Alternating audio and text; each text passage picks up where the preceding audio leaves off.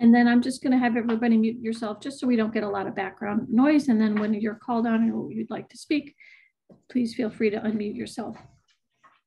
So this Lunch and Learn today, thank you all for joining us. It's made possible by the Community Chest of New Britain in Berlin. We're so excited to be able to have the funding to be able to get started in New Britain. Today, we have two excellent guest speakers, June O'Leary and Rex Cohn.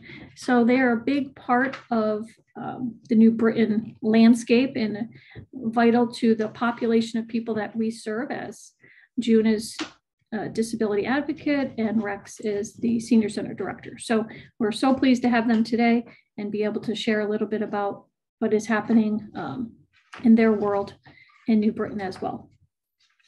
So June, why don't you take a moment to introduce yourself, if you don't mind. Sure. Hi, everyone. Michelle, thank you for having me be part of the Zoom meeting.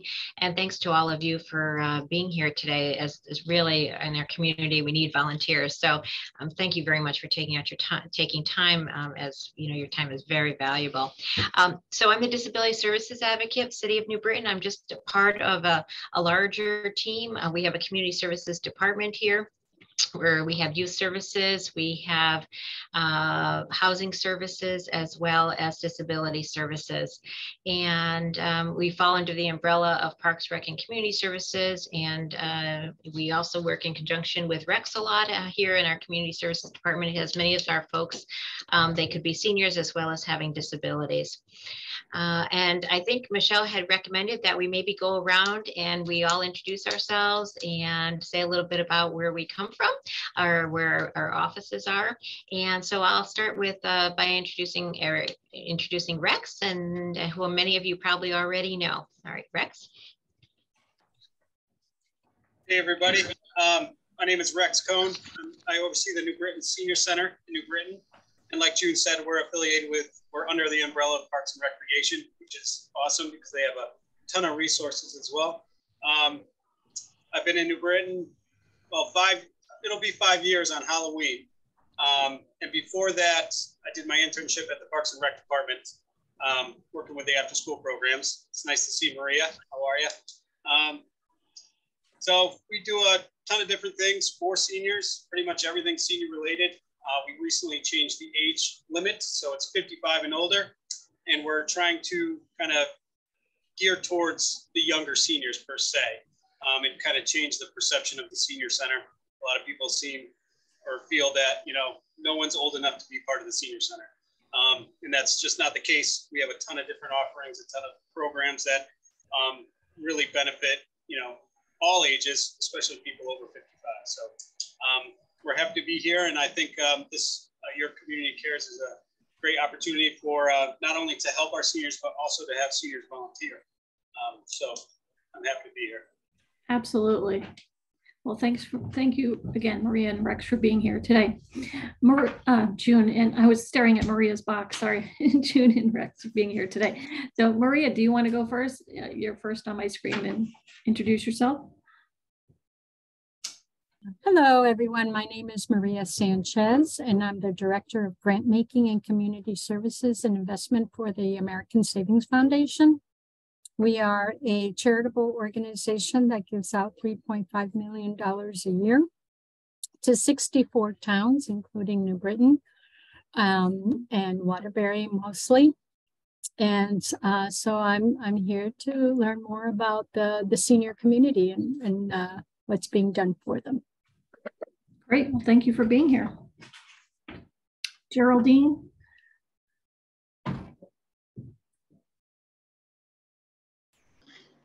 Good afternoon, everyone. My name is Geraldine, and I work for Mature Works as a remote training for Michelle. And what I do is I call different towns, try to get the volunteers, sorry, and also and I email flyers. That's it. All right, and Queen. Hello, everyone. My name is Queen Nelson, and I work for Michelle. I'm from Maturity Works, And I also send out flyers and call around. Thanks, Queen. Thanks, Geraldine. You guys are doing a great job of trying to let people know about the program that we just received in New Britain, and try to get people to sign up for volunteers, because that's what we really need first. And Elizabeth. Hi, I'm Elizabeth with Maturity Works, and I also work underneath Michelle Puzo, and I do the newsletters and call people as well. Thanks, Elizabeth. So volunteers and members, I call, yes. And Julie Sear. Hi, my name is Julie. I'm a community health work intern supervisor at the YWCA in New Britain. I'm here because we're looking for ways to engage our girls into the community. So we're trying to see if this is a good fit for something that they would be able to do. Oh, nice. Great, thanks. Thanks for joining. And Jennifer.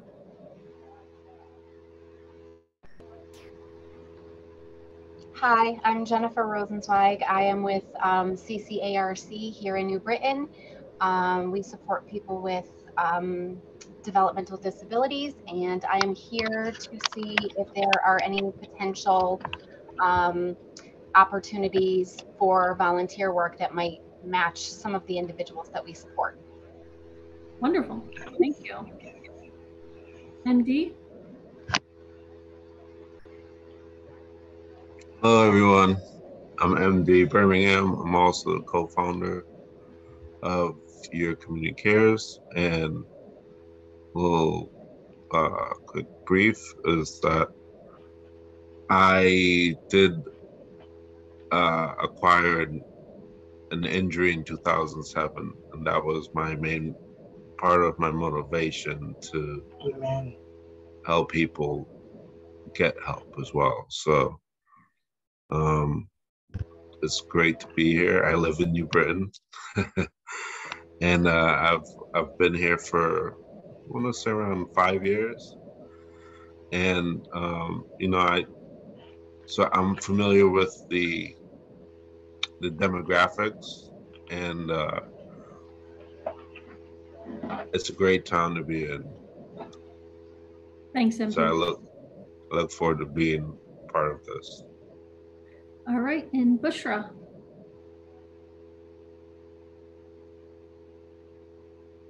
Hi, everyone.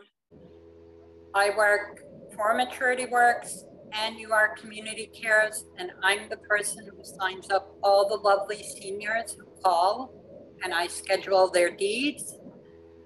I also live in New Britain. I'm a die-hard New Britanite, so I love my town.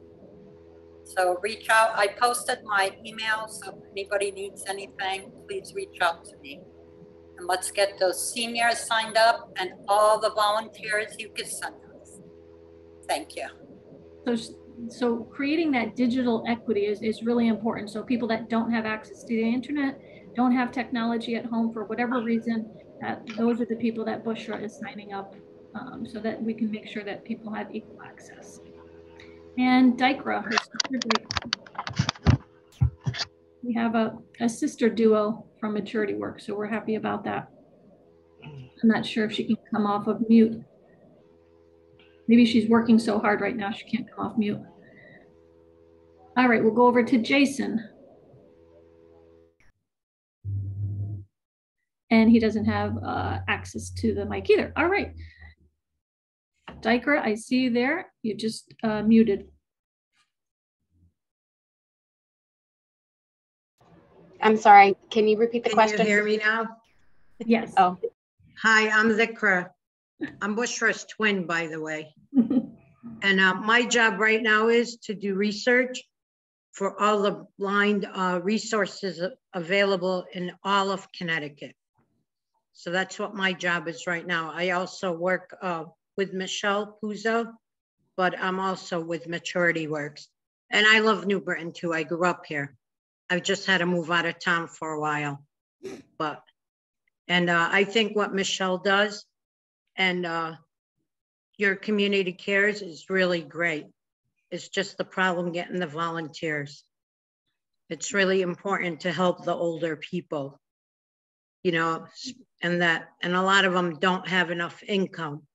You know, just because they live in a house doesn't mean they can afford to pay to get things fixed. And a lot of times people like to rip off the older people thinking that they don't have a brain, you know?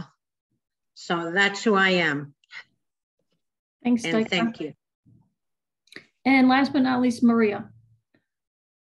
I'm not sure if you're able to unmute yourself.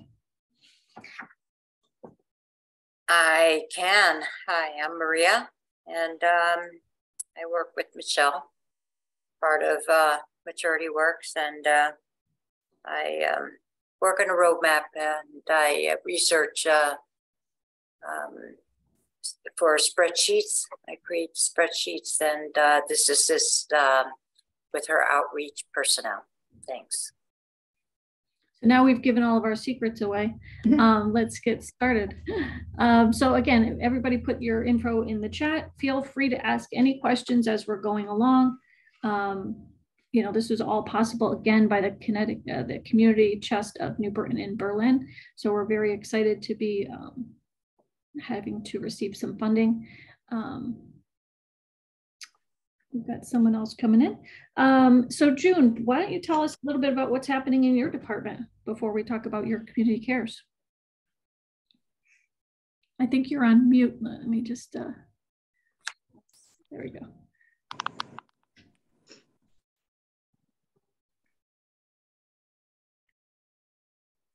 Okay, well, today we had a great event. Today, October is National Disability Employment Awareness Month. So we just celebrated employers and employees that are stellar in our community. And it was a well-attended event, and it was really nice. So it's really nice to, you know, support and honor the people who have employers who, you know, believe in a diversified workplace, as well as so many of the employees who are just stellar in their jobs and have been recognized by their employers. So it was a really nice event. We are having a wonderful event next Friday at the Senior Center. It is the annual Disability Resource Fair. Normally it's held in Hartford, and we were fortunate this year due to Rex to be able to host it in New Britain. And we're going to have a ton of resources. There's going to be over 35 vendors there. All the different state departments will be there. Lots and lots of program information will be available. People will be coming from different communities. So please, if you have anyone who might need some information about different resources for persons with disabilities, please do come. It's a totally free event, and we'd love to have you there. And that runs from 9 o'clock to 12 o'clock next week. So that's kind of a general thing. We support bigger things than, you know, just our community, our area here. We want to bring attention to the things that are resources that are available to people. We also offer through our community services office and with Rex, we offer a low vision support group. The Lions Club of New Britain supports that. And we have that the last Monday of every month. So we look forward to having anybody join us. We have people who come from Glastonbury, Colchester, East Hampton. And it's a great support group for people with low vision, and it's co-sponsored by the Hospital for Special Care as well as the Lions Low Vision. And we meet from 1 to 2 o'clock on the last Monday of every month. Last month we had Bill DeMayo, who is the ADAC president, Americans with Disabilities Coalition of Connecticut president. And this coming month, we have Matt Giese, who is the director of the Connecticut Library for the Blind. So please join us if you can. On a more on our level in our office here and with my job. So with disabilities, you know, we help, you know, we service anybody who has a disability. So it can be parents calling about services for a child with autism to folks with Alzheimer's that are calling for different services. We do outreach to the community in their homes if people need us to come out and visit. We work in conjunction with our health department, our fire department. When people go out to, you know, maybe there might be a fire or something, they can see a concern in the home, we go out and try to provide services. And this hence is why, you know, your community care, I think, is so important, because we do see the need in the community. And I'll speak on the side of disability.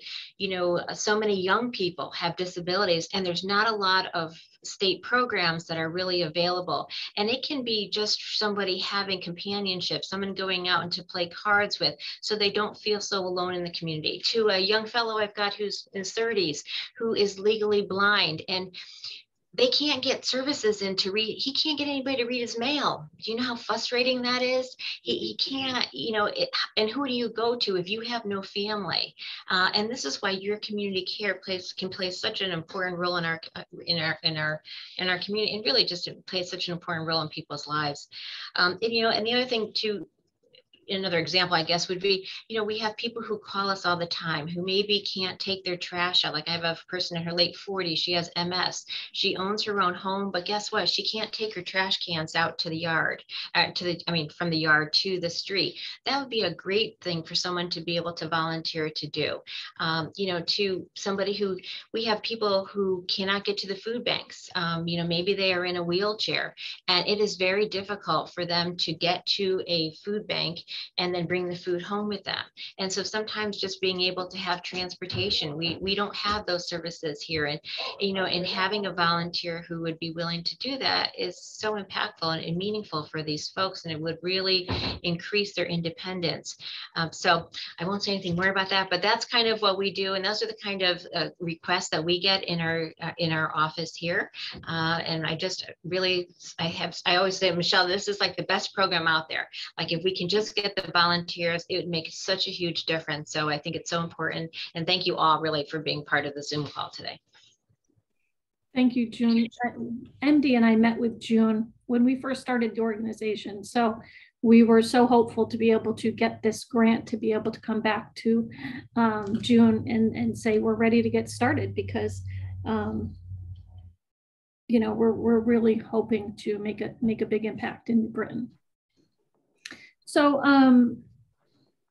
let's go over a little bit more now about your community cares. So what is your community cares? It's a secure website for seniors and physically disabled residents to try to get connected to their neighbors to get help with certain services. So today we're going to go over our technology a little bit, what volunteers can do, who we're serving, how the funding helps us grow, who can be a partner, who we're collaborating with, and stuff like that.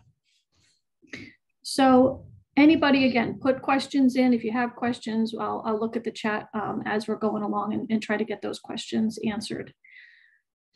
So my background, I was a physical therapist for 20 years. I was going into people's homes and realized the extent of needs that were just growing. And I felt compelled to do something to try to help my patients at the time. And now I've kind of stepped away from physical therapy and doing this full time because I am so invested in trying to help in every community across Connecticut.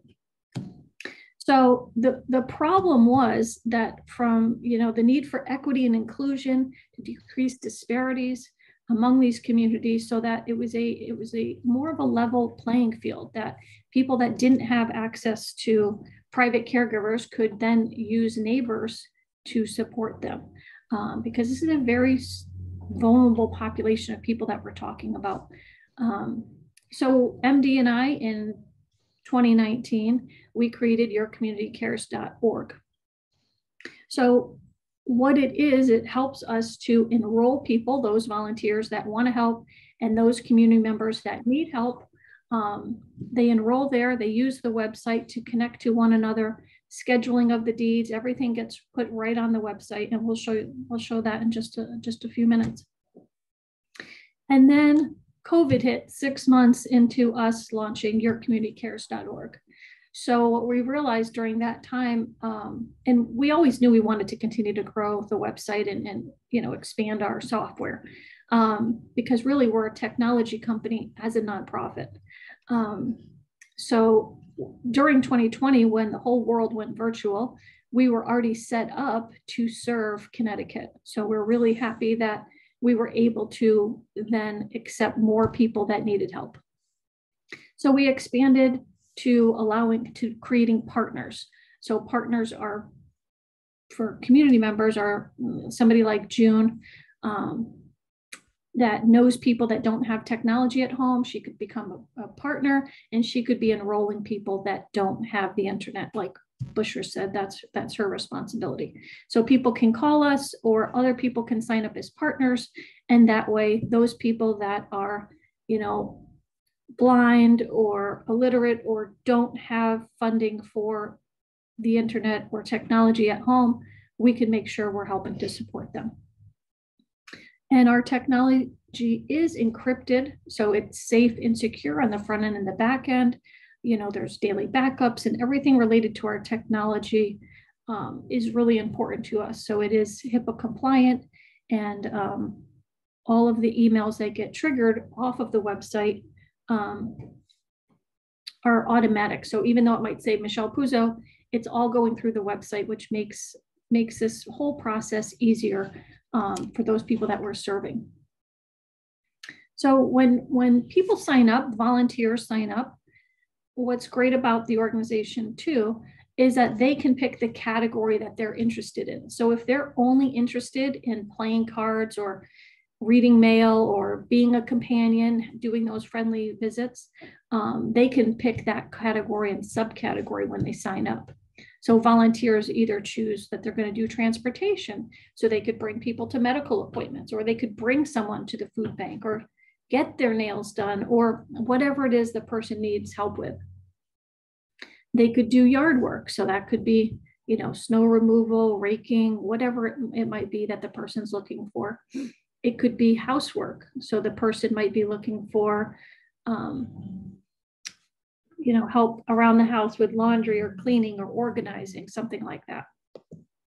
And we're constantly looking at the services that we're currently providing and thinking about how we're going to expand them in the future. So that will be happening soon, continuing to expand our services, because we want to meet people where they are. And if they're at home and homebound, we want to make sure that we are creating services that can help support them even more. So watch for new services coming soon. So the population of people that we serve, our community members, are in two different buckets, so to speak. One is they're either over the age of 70 or they're over the age of 18 with a physical disability. That could be permanent or temporary. So someone that comes out of the hospital, they've had a total knee replacement, they need help for a short period of time, or COVID, or, you know, a pregnancy, and they're recovering. All types of temporary disabilities qualify. And then anyone over the age of 70.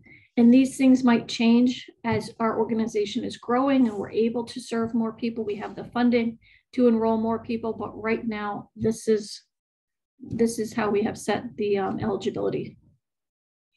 And people enroll, they either go to our website, or they have an administrator or a friend in California or a sister in a different state. You know, anyone could sign them up. And then we do a background check on all of the community members that come in. And then they can, once they're approved, hopefully, then they can start to request help. And so then an email goes out to all of their volunteers in their local area. And when a volunteer is available, they can accept that appointment. So the volunteers, they have to be age 15 and older.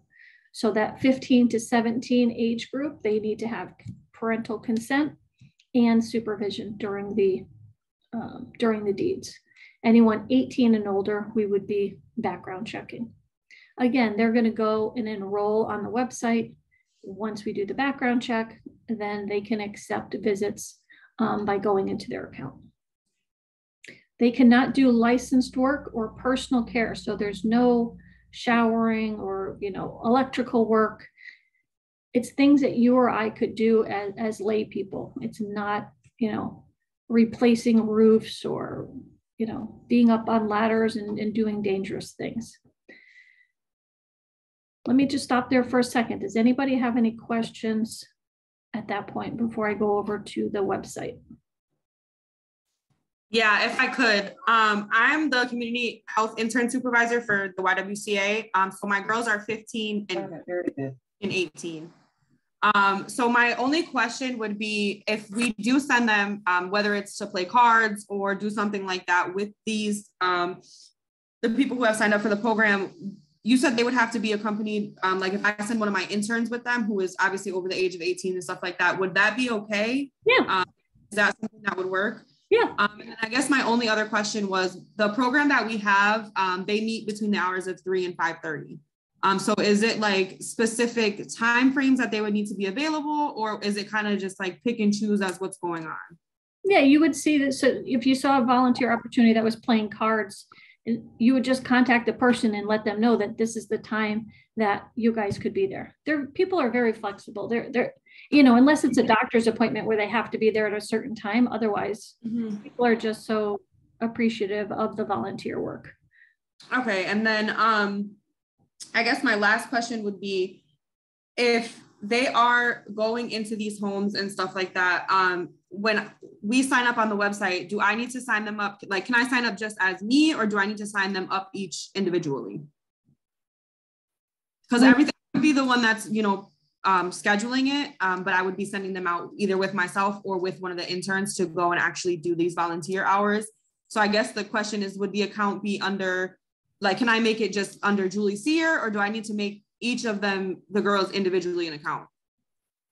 Okay, so let me switch over to the website just to give a demo. So hopefully that can answer some questions. So when people want to sign up individually, young people, like she would run their account, or does she have to do one individually for everyone? That volunteer? Yeah. I'm sorry, I'm here. My apologies. Oh, that's okay. If you wanted to ask a question, go ahead. I'm sorry. Well, actually, I didn't want to ask a question. I just wanted to make a statement, Michelle, that you also look for other resources when we don't have the volunteers. So. Yeah, I'll mention that too. Thank you.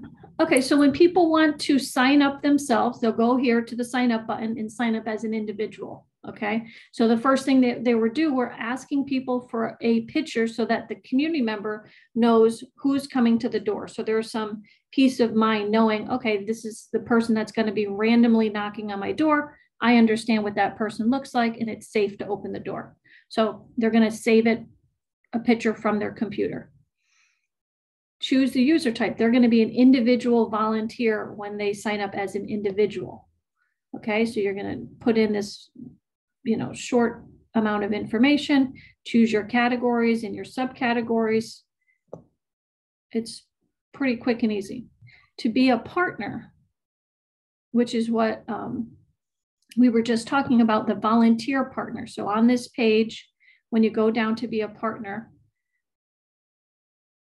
you would click here and you'd put in the information about your organization and then the information as you as the administrator. So as the administrator, you would get all of those emails related to any of the volunteers in your account. You would get all the emails. So then you would say, Gina, hey, Gina, you wanted to volunteer on Thursday at 5 o'clock. Here's your volunteer information. And you would share with that volunteer where they would be going, because in the volunteer account, the administrator kind of assigns the group. So they don't have individual emails. You would get it and you could let those people know. Does that answer your question, Julie? Yeah, that works. I understand it. So I would be doing it as this, and then they would contact me and I would decide, okay, my girls are good for this. I can send them here. Yeah. Yeah. Okay. So when you would log into your account in the future, you would see all, new opportunities that would be coming in, and you could pick and choose which opportunities are best for who, because your volunteers best. Okay. So Julie, what's the name of your department again? I'm sorry.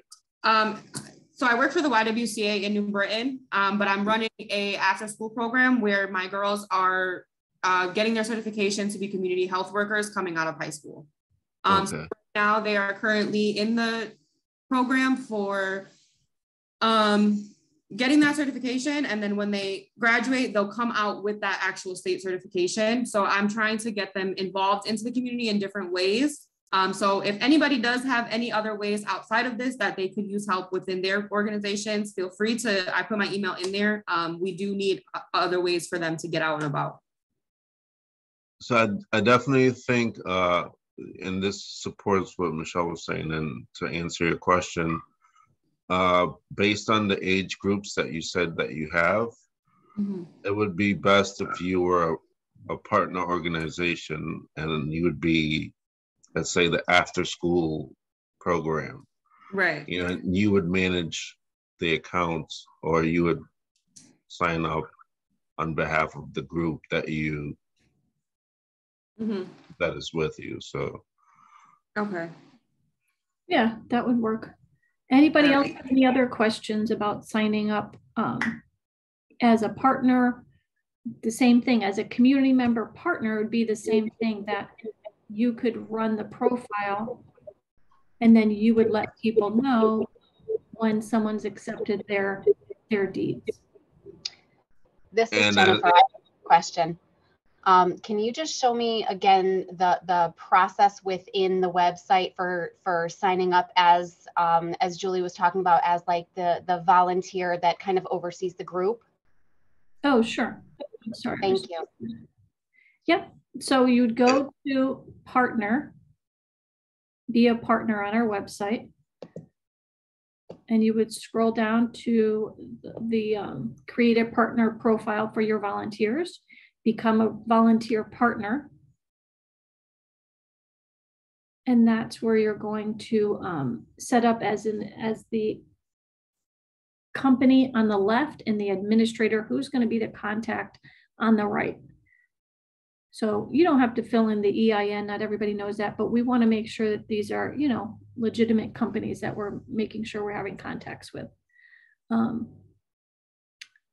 We just had somebody sign up in Maryland and all over the place. And you know, we're happy that the word is getting out and people are hearing about us, which is great, but we want to make sure that these are legitimate companies. And right now, so when we first started this organization, we wanted everybody to just get involved and join. And then we realized there's a cost associated with that. So all of the background checks can get quite expensive. So right now, and also logistically, trying to be in 169 towns with having one point person, and then, you know, a lot of the maturity work support is so great. We couldn't have done it without them. But we're only focusing on the towns that we have funding in right now. And that's because there are so many people asking for help that we just can't, you know, we can't support the whole state without having the funding behind it. So so people will call us every day and say, you know, can I sign up? Well, that you can if you pay the $36 for the background check, and that helps us to keep this going. So without the funding, you know, we wouldn't be able to be free for residents. So this is how you sign up to be a partner. And then if individuals want to sign up, they would click the sign up button. And then when they sign in, it's really important for people to recognize the user type. So a partner is here, a partner volunteer or a partner community member, but for individuals, they're down here. Just an individual volunteer, individual community member would be down here. And don't feel that you have to memorize all of this. Michelle can show you on the homepage. We do have links for the YouTube channel. And on the YouTube channel, it does have tutorials as to, you know, how to sign up individuals. Yeah, well, mentioning the YouTube, thanks for reminding me to, I wanted to show you a little bit more about how we've grown across the state. Because I think it's during, you know, to start a nonprofit during COVID, I think it's pretty awesome to kind of watch our growth. Your Community Cares thanks all the amazing organizations that have helped us with funding support, as well as our participants that have allowed us to grow across Connecticut. Your Community Cares launched in 2019, and we are now in year 3 of our efforts. Manchester is home of our headquarters, and we received our first grant funding from Cruisin' on Main Street in Manchester. While the pandemic caused us to adjust our strategy, it did not prevent us from doing all we could during difficult times. We are so grateful for the funding from South Windsor J.C.'s, Fairfield County Community Foundation, Farmington Bank Community Foundation, Walmart, and the Hartford Foundation for Public Giving, who have allowed us to help many people in need. The Town of Manchester, the Hartford Foundation for Public Giving, the Town of Bolton, and the Connecticut Community Foundation were early funding supporters and have continued working closely with us. As the pandemic eased, we continued to support our funded towns in 2021 on our journey to help older and disabled adults. The unrestricted funding from Arnell Charitable Foundation provided vital funding for our efforts in 2021 and allowed us to grow in towns for which we previously had no funding. We have learned over the past 3 years that it is critical for us to work with healthcare providers, faith organizations, businesses, town departments, and emergency services in each community. In Clinton, we launched the Clinton Community Assistance Team. It brings together the Clinton Police and Human Services, Rotary Club of Clinton, Family Helping Families, and People's Bank to connect volunteers to those in need. Similar programs can cascade across the state. The Cheshire Senior Center and Main Street Community Foundation provided funding that allowed us to grow in Cheshire and Southington. We expanded into Middlesex County in 2022 with funding from the Community Foundation of Middlesex County. Earlier this year, we have extended support through funding from the Valley Community Foundation. The Town of Guilford, Northwest Connecticut Community Foundation, and Community Foundation of Eastern Connecticut have allowed us to provide support in dozens of towns, and we are excited to have extended our efforts throughout Connecticut.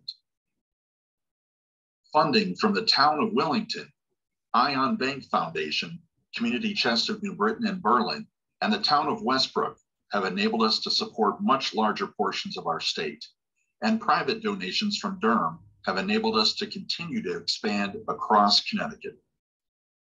We are working on renewing our efforts with our existing funding partners as we take note of key milestones. As of September 2022, we have participants in over 135 Connecticut towns, over 1,200 background check participants, over 1,400 community deeds, and saved community members thousands of dollars through free volunteer services. Please take a few minutes to visit our website at yourcommunitycares.org to learn more about how you can become an individual donor, a business sponsor, or a participant. We would love to hear from you whether you have questions about our organization or if you would like to join us in our mission. Please contact Michelle Puzo, President, at 860-430-4557 or email her at info@yourcommunitycares.org. Thank you.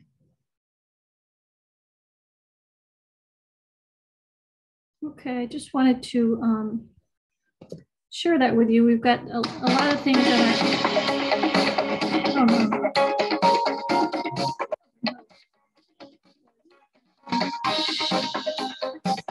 sorry, I forget, it just keeps playing videos. So I just wanted to guys give you that overview of how we've been growing across the state and answer any questions anybody might have about anything we just talked about or services that June and Rex is gonna speak next. Any other questions that anybody had about signing up or the process?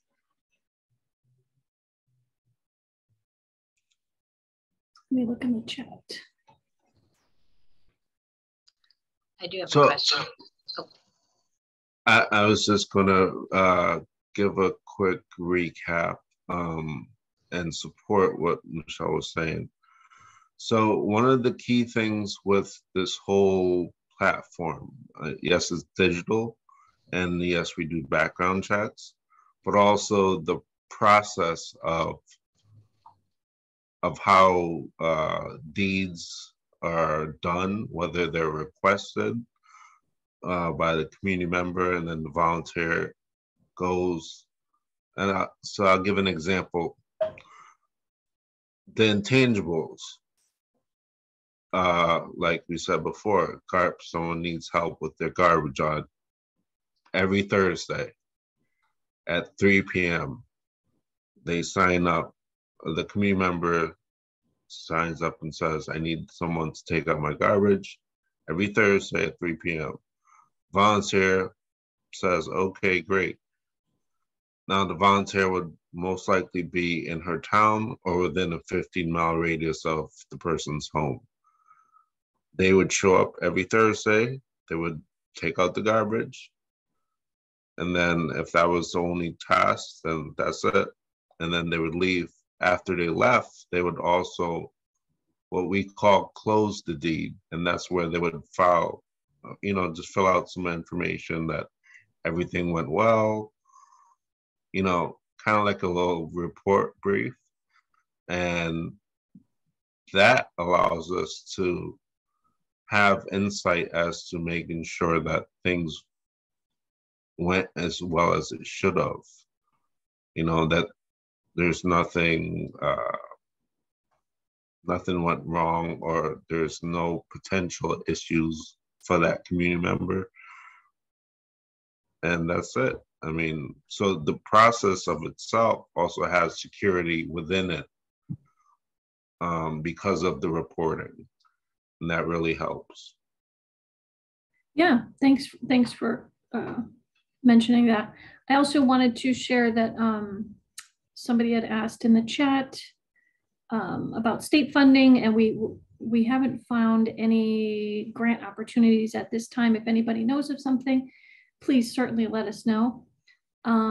When the volunteer partner is created, they're taking the responsibility of those volunteers.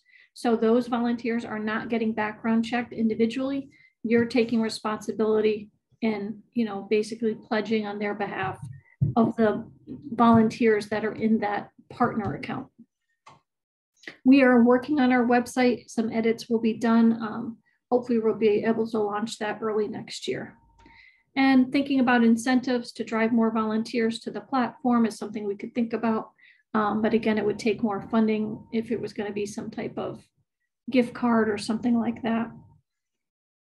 The partner. I want to make. I just want. I want to make. Sorry. Sorry, I just want to make sure that we get to Rex, so Rex can share a little bit more about what's going on at the Senior Center.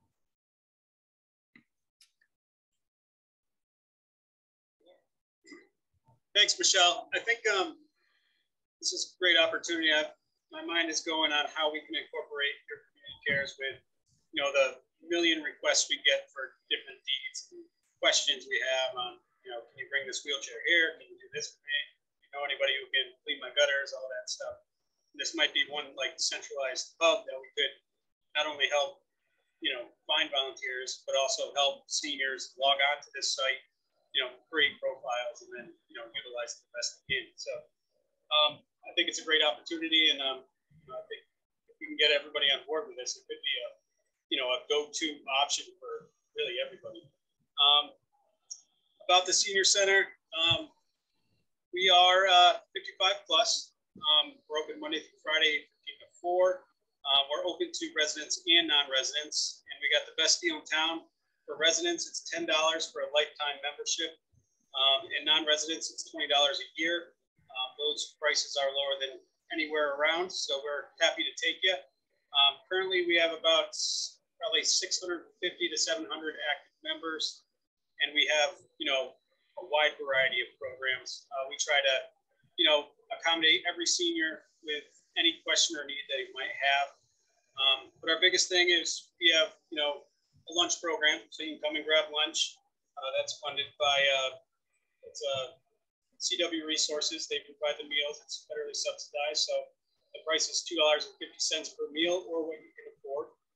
So they pretty much don't turn anyone away who wants lunch, and the lunches are pretty good. We also have social programs for seniors in need. We just finished our renters rebate program.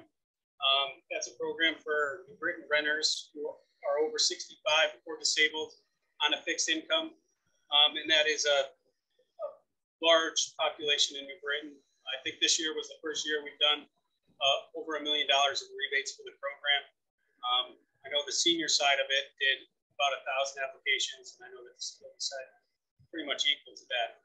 So that's a large program in New Britain, and those are, like I said, seniors on fixed income who need some help with their rent. Other programs, we have the energy assistance programs. So, like I said, if you do qualify, you can get some help with your heat and electricity. And then we also have our property tax relief program that helps the Britain homeowners with their taxes if they're on a fixed income. And that's certainly a population that would need a lot of help. These are homeowners that, been living in their house for 30, 40, 50, 60 years.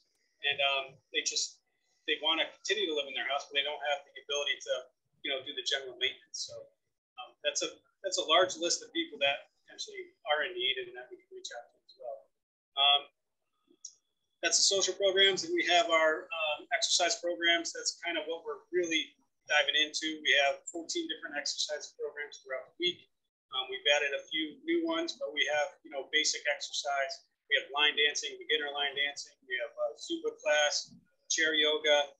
We just started a new class. It's called Fun Drumming.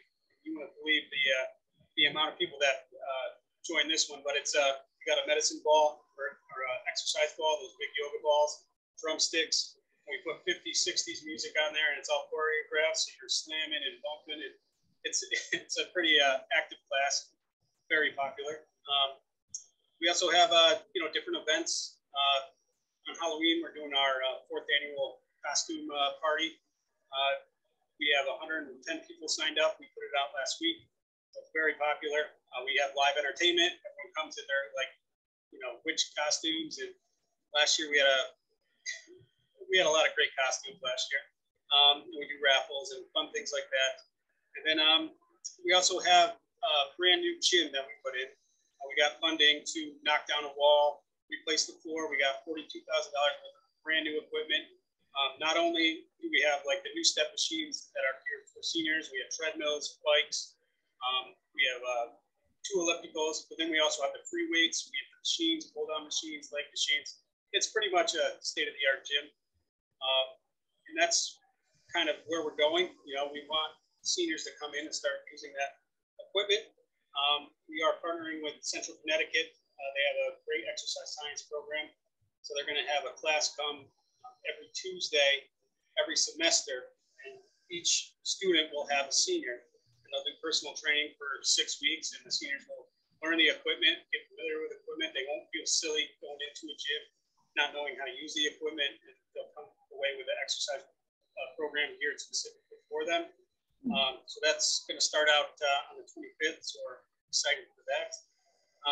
We have a greenhouse in the back, so we start in February. We plant all our plants from seed. We grow it. All the seniors kind of tend to it. We have a programmer that oversees the operation. And then we do a big flower sale the day before Mother's Day. We sell all our plants, which is really successful. We also have a dial-a-ride program. So this program operates Monday through Friday, 8:30 to 3:30. We bring residents to and from doctor's appointments, but we also bring them to the hairdresser when we go grocery shopping, take them to Target. And this is $1.50 each way, so it's extremely affordable. We have 2 handicap accessible vans, so we can take people in wheelchairs if needed. And this is a very large service for New Britain residents. And they do have dial-a-ride programs, statewide. But we do the New Britain dial-a-ride here. We also do lectures, like senior lecture series.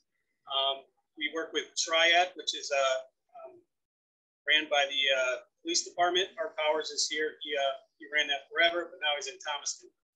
So we have a new person at the head, but he's still around, which is great. They put on a senior prom, which we get 200, 300 members go. We do the King and Queen and all that stuff. So we we have fun with that. And they also do health fairs and barbecues and all that sort of thing. So that's kind of the gist of what we do. We are looking to expand. There's no reason why, if you're 55 and older and you have the ability to get to the center during our operating hours, why you shouldn't be a member. We have the facilities, the exercise classes are on par, if not better than, you go to LA Fitness or, the racquetball club and all that stuff.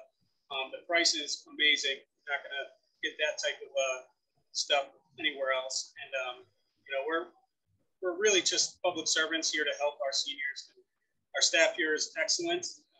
We don't have many. We have 6 full-time staff. 3 of them are drivers. But we're definitely available for anybody who needs some help. And like I said before, your community cares could be a great opportunity for us because we can't get to everybody. Our drivers pick someone up, they bring them to their doctor's appointment, they bring them home, then they have 8, 9 other rides. Meanwhile, that person is like, can you get my paper? Or do you know someone who can help me move this couch? We have those requests 10, 15 times a day. We just can't get to everything. So, to have this opportunity to, maybe get them a login, go on the website and have someone help them in that regard is something that I think would take off. So great. If we can get this thing going, that would be great. Great. Well, I think I can't wait. Next Friday, I'm going to be coming down to the resource fair. So I'm looking forward to seeing the center in person. I haven't been there. I've only been to June's office. So looking forward to seeing all that you have to offer. It sounds like many great programs. Anybody have any questions for Rex on any of the program that he just mentioned? I know people are looking to go and sign up. Sounds like they're having a lot of fun at the senior center. So just to wrap up, I know we've only got a few more minutes. I think the takeaway here is that this can be very successful in the town. It's trying to then, can everybody on this call tell a friend, sign up to volunteer? If it's an hour a week, an hour a month, whatever they can contribute, it will really be valuable to put us in your newsletter, share us on social media, somehow to get in front of more people. And that's the point of doing these lunch and learns, is to educate people that we exist and then to try to get more volunteers, because like Rex and June just said, the needs are out there.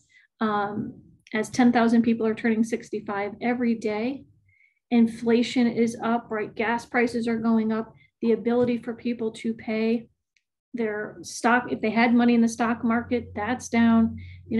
It's a stressful time. So us being able to come together as neighbors, helping support each other, that's really what our goal is. So I'm not sure. June, did you have anything else you wanted to add? Or Rex, let me just look in the chat. The one thing maybe, Michelle, you want to expand on is that you do have some financial resources. So for example, somebody was going to have their leaves raked. You might be able to pay for trash bags, or, you might want to share a little bit more about that. Yeah. So if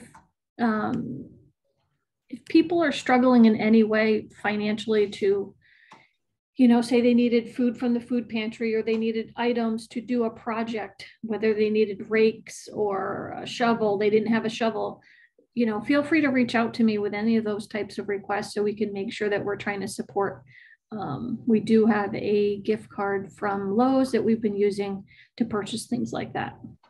So feel free to reach out to me if you notice that somebody needs something. We have a full list of resources that when Tina didn't get a chance to introduce herself because she came in a little bit late, but she calls people that, contact us on the contact list or are leaving us voicemails. So we're trying to educate people that volunteers are not always the end all be all.